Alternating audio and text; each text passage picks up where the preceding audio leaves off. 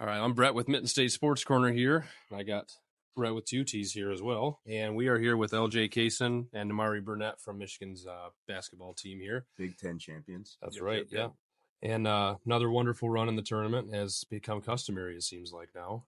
Well, first of all, what was your guys' experience? Obviously, being a younger player on the team, what was your experience in the tournament? And then obviously we'll ask you the same questions.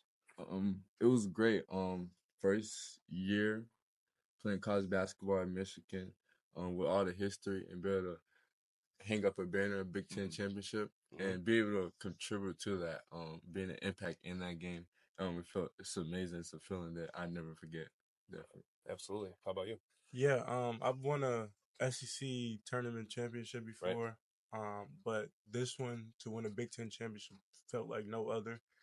To do it with the guys that we have and the coaching staff, and to be a part of like something so special from start to end of the year was amazing. And then going into the tournament, being able to play, some of the best teams in the country, and doing it, at a high level, it was something that I'll remember forever. Sure.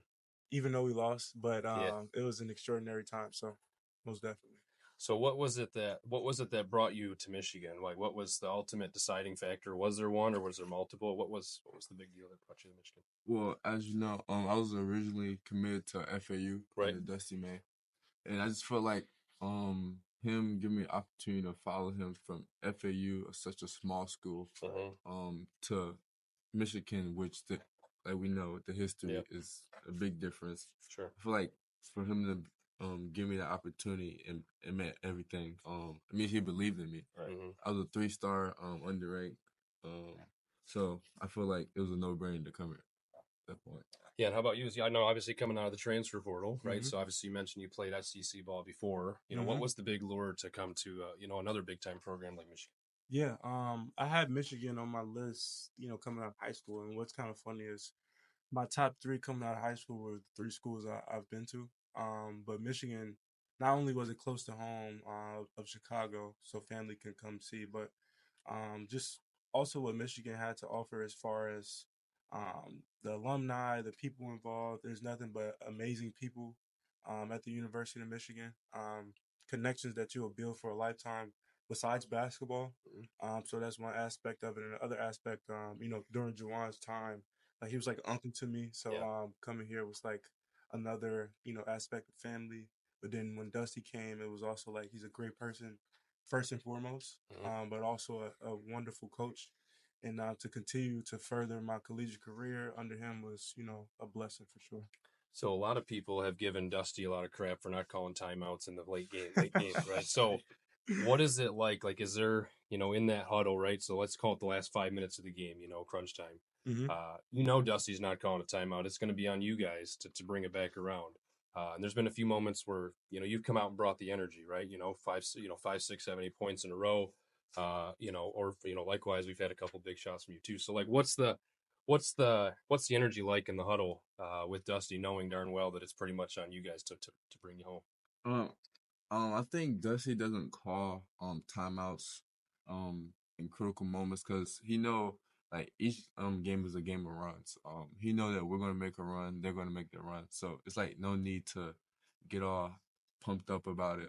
Just stay composed, keep your composure, and just keep going. I think that's what we focus on, and we've been building our team about this whole year. Right. So we understood that. So him not calling timeouts, it's pretty normal to us. Like we know that he's not gonna call a timeout, so we have to double down and lock in. Trust the process. Just trust the process, play by play. Right.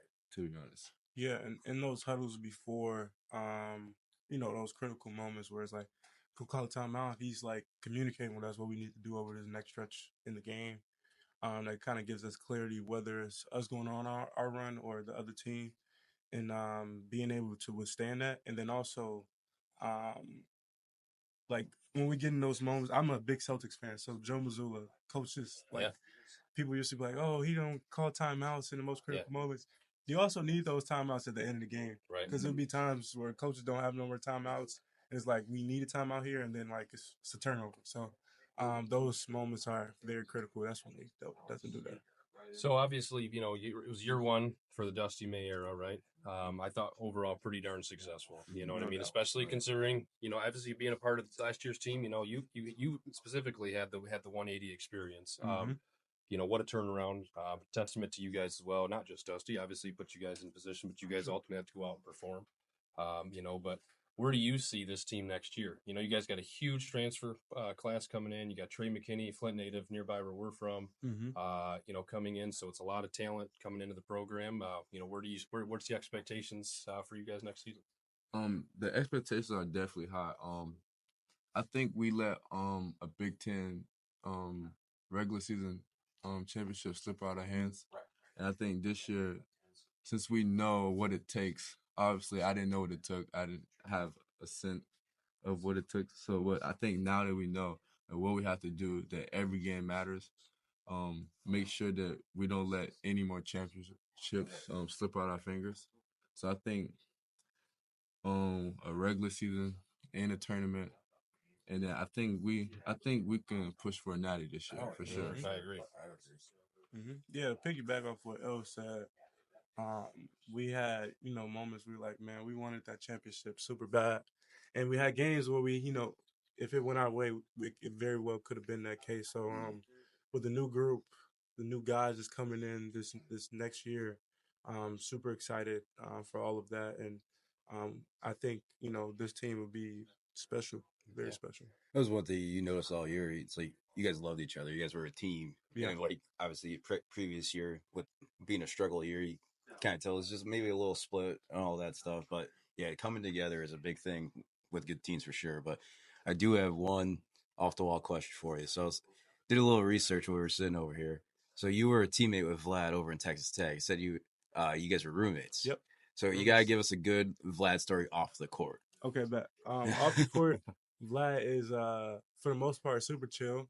As far as cleaning, he wasn't the best early on, but he got better, especially being his roommate. Also, he was like new to America, new to right.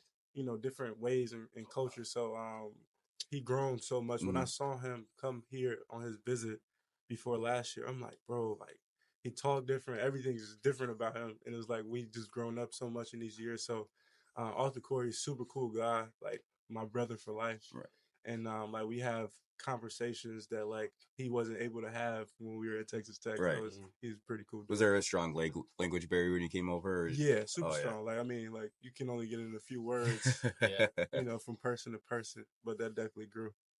What about you? So your freshman year. So who was your roommate this year? Our room. Well, we have an apartment with Fat Brooks. Okay. And Justin Pippen. Nice. Okay. All right.